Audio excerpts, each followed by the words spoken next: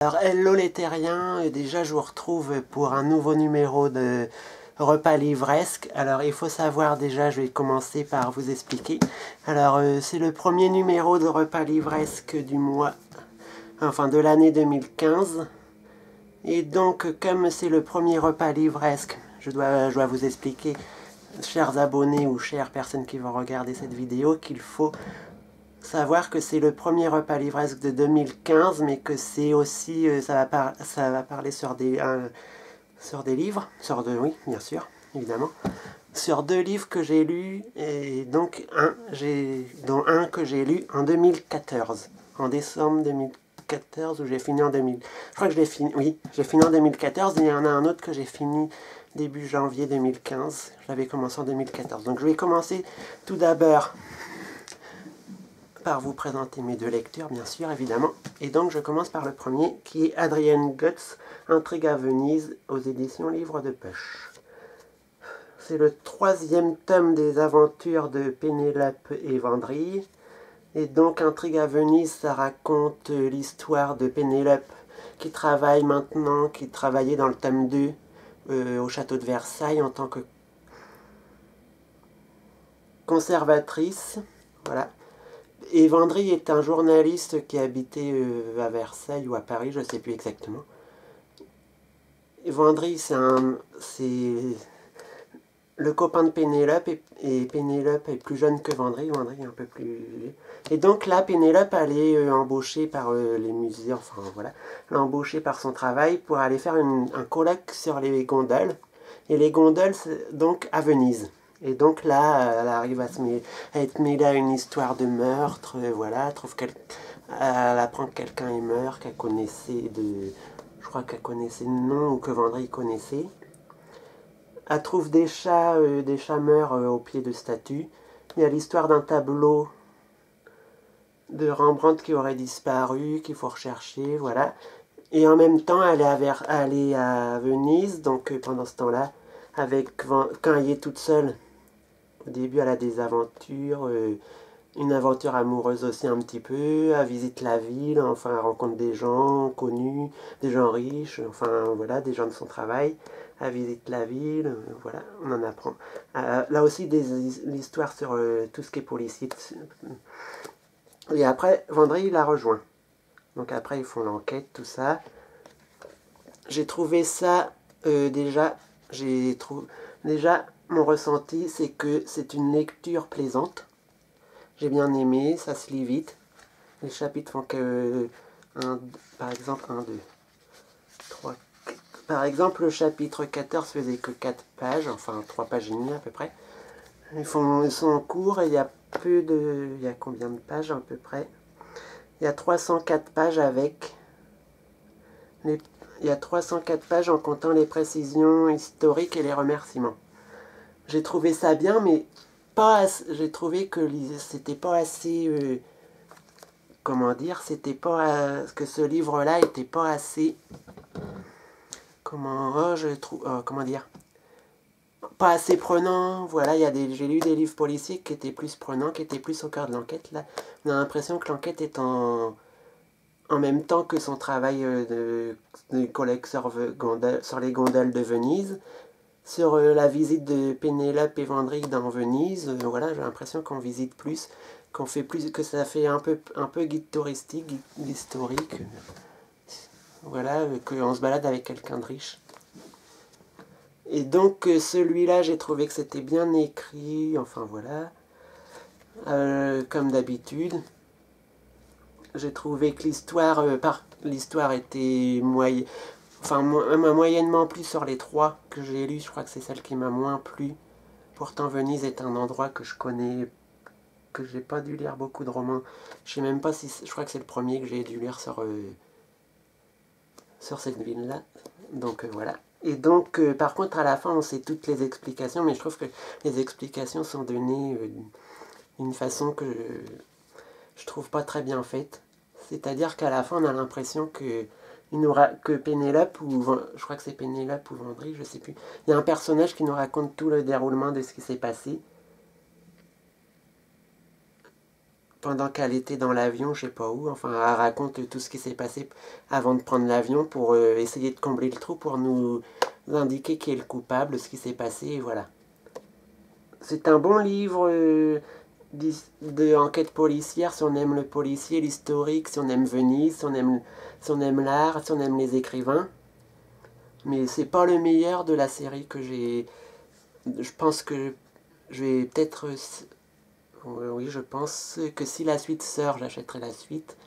Mais c'est pas non plus un chef-d'œuvre. Ce n'est pas un coup de cœur pour moi, je veux dire. Donc, Intrigue à Venise, Adrian Guts, livre de poche. C'est une lecture plaisante, mais bon. Que je ne retiendrai pas énormément non plus. C'est pas un coup de cœur. Et donc, je vais passer à la deuxième lecture que j'ai fait. Donc, il faut savoir déjà que c'est une lecture commune que j'ai fait avec The Second Star to Zero. Donc, je mettrai la barre de son blog, pas de son blog, de son YouTube, de sa chaîne YouTube en barre d'infos. Et je l'ai fait avec May Dupont, je crois, mais je sais pas si, je crois qu'elle a une chaîne. Mais je suis pas sûr parce que je crois que sa chaîne, sur sa chaîne, elle n'a posté encore aucune vidéo, il me semble. Et donc, c'est un livre que j'avais déjà entendu parler il y a 1 ou 2 ans, je pense en 2012-2013. Et donc je l'ai acheté, Marissa Meyer, Cinder. Je l'ai acheté parce que je l'avais offert à une personne, et après une deuxième, je crois, et après ça m'a donné envie de l'acheter. Et donc c'est le premier tome des Chroniques lunaires, et Cinder, comme son nom l'indique, est un livre qui est basé sur l'histoire de Cendrillon. Et comme vous voyez ici, science-fiction. Donc ça se passe à New Beijing. Et New Beijing après la 4e guerre mondiale. En l'année, je ne sais plus combien, ils n'expliquent pas exactement. Et donc New Beijing, ça se trouve exactement, ça se trouve à Pékin.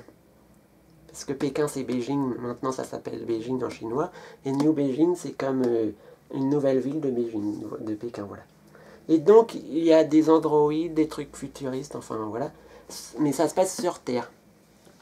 Et donc, là-dedans, nous suivons une famille recomposée. C'est-à-dire qu'il y a Cinder, avec sa jambe ici, qui est un androïde, c'est-à-dire qu'elle a été... ou un cyborg, non je crois que c'est un cyborg. Ouais, ça doit être un cyborg, je confonds un peu. Un cyborg, c'est-à-dire qu'elle a eu un accident quand elle avait 11 ans. Donc il y a des parties humaines d'elle qui ont été brûlées dans un incendie ou qu'elle a perdu dans l'incendie, ont été remplacées par des morceaux de robots. Et donc elle travaille au marché, sur un marché de New Beijing, dans un coin pauvre, enfin voilà, modeste. Comme mécanicienne, elle répare les androïdes, les holocrans, enfin tout ce que les gens ont besoin. Et donc un jour, elle fait la rencontre du prince, qui est le fils de l'empereur de la communauté. La communauté, c'est tous ceux qui sont asiatiques, qui vivent à New Beijing, enfin dans ce coin, en Chine, en Inde, dans tout ce coin-là de la Terre. Et donc, en même temps, dans cette ville, il y a une épidémie qui s'est déclarée, une épidémie de l'éthymose, qui est une maladie dont on ne sait pas beaucoup de choses au début. Là, je pense qu'on n'en sait pas plus non plus à la fin du tome 1. Et donc, et pendant ce temps-là, Cinder vit avec sa belle-mère et ses 2 belles-filles, enfin 2 belles-sœurs, je crois, je sais plus, enfin ses 2 demi-sœurs, enfin ses sœurs adoptives, vu qu'elle a été adoptée par son père. Alors, son père est mort, et donc ils vivent tout ça ensemble. Voilà, sert de boniche à sa belle-mère Adri, comme Cendrillon. Et donc après, il y a une histoire, elle rencontre le prince, voilà, parce qu'il vient faire réparer son androïde à sa boutique. Après, en même temps, elle apprend des choses tristes. Il y a un bal qui va être organisé, comme dans Cendrillon, au palais de l'empereur. Et donc, pendant ce temps-là, que tout cela vit sur la Terre, sur la Lune, il y a la reine Levana et les lunaires, tous ceux qui vivent sur la Lune. qui magouillent, qu'on ne sait pas si c'est s'ils sont méchants ou s'ils sont gentils. Voilà. On en apprend un peu sur eux aussi qui vivent là, qui vont avoir des contacts avec la Terre et tout ça, et donc on suit le mystère de Cinder, parce que Cinder, on n'en sait pas plus sur ses origines. Elle a été ramenée d'Europe, donc on n'en sait pas plus. Par contre, j'ai trouvé Cinder très attachante. Le fait qu'elle soit une cyborg à moitié humaine, qu'elle soit à moitié humaine, enfin les 3 quarts humaines et un quart, je pense, cyborg, ça m'a plu, ça m'a changé des personnages. Plus l'histoire de Cendrillon, j'adore, parce que j'adore les histoires qui sont de filles comme ça, un peu maltraitées, qui sont pas les plus populaires et puis qui essayent de s'en sortir quand même. Elle fait tout pour s'en sortir. Après, on apprend à la fin des choses qui annoncent le futur tome 2. C'est écrit comme ça dedans. C'est écrit super simple. Les chapitres sont un peu une dizaine de pages, entre 5 et 10 pages, des fois plus. Et je vais vous expliquer, les amis. Il y a 414 pages, en comptant les 2 pages de remerciements qu'il y a à la fin. Donc j'ai trouvé que c'était une très bonne lecture. Le personnage de Cinder, j'ai adoré. Ico, l'androïde de la maison où elle habite, j'ai adoré aussi. La belle-mère, j'ai adoré. Le prince, tous les complots, tout ce qui s'est passé, la politique, la maladie, le monde inventé. Après la 4e guerre mondiale sur Terre et puis sur la Lune, ce qui s'est passé, j'ai adoré. Par contre, j'ai eu un peu de mal parce que j'ai trouvé que c'était trop... C'est assez détaillé, c'est bien fait, mais j'ai trouvé que... J'ai 35 ans, donc j'ai trouvé que c'était assez... Quand même, ça restait assez jeunesse. Par contre, ça m'a donné envie de lire le tome 2, qui est Scarlett, et le tome 3 qui est Cress. Donc le tome 2 c'est sur le chaperon rouge et le tome 3 c'est sur Réponse. Et toujours, je pense qu'il y aura Cinder toujours dedans. Donc j'ai hâte de les lire vu que je me les suis procurés il y a pas longtemps. Je crois que c'est au mois de décembre. Et donc ça a été une excellente lecture que je recommande à ceux qui aiment les contes de fées. Oui, mais à la sauce science-fiction remaniée, avec des complots du genre Star Wars, avec des habitants sur la Lune, voilà, des fusées spatiales, avec des navettes spatiales, avec de la technologie moderne, même plus moderne que ce qu'on a aujourd'hui. Donc c'est un très bon. Je le recommande à tous ceux qui aiment. Tous ceux qui ne l'ont pas encore lu, vous pouvez le lire, c'est une très bonne lecture. Vous pourrez en avoir soit un coup de cœur, soit vous pouvez l'aimer en très bonne lecture, en excellente lecture. Par contre, il ne faut pas s'attendre à ce que ça soit du copier-coller du conte original de Cendrillon. Parce que je pense pas que ça doit être exact. Je pense que c'est une réécriture futuriste. Et comme j'ai pas lu le conte de Cendrillon original, je peux pas vous dire, les amis. Je ne sais pas du tout, mais en tout cas, en plus, il m'a l'air... On dirait, il fait un peu lourd, mais c'est écrit gros, puis c'est intéressant, l'histoire se déroule vite. On n'a qu'une envie, c'est de commencer. Quand on commence, on a envie de finir pour savoir. Et le point négatif, c'est qu'il y a un gros secret concernant Cinder que j'avais trouvé dès la moitié, enfin, à partir du moment où il est évoqué à peu près, j'avais trouvé que c'était ça, que ça l'a concerné, que c'était exactement ça. Donc il y a juste son point concernant son passé, d'où elle venait, enfin, je crois que c'est ça.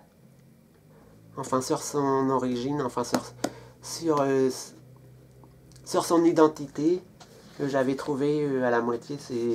Parce que je trouve que c'est écrit d'une façon qu'on s'y attend, mais bon.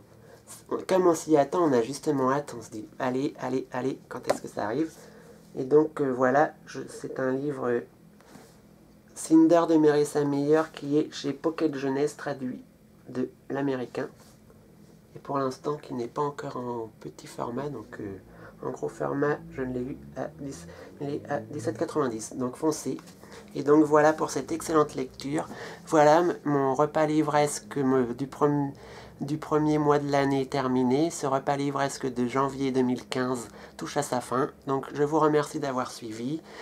Les amis, les terriens, je vous fais de grosses bises. Je vous embrasse. Je vous permets de partager, de commenter, de liker la vidéo, de disliker si vous aimez pas donc comme ça, d'aimer comme ça, de regarder. Merci, au revoir, à une prochaine vidéo.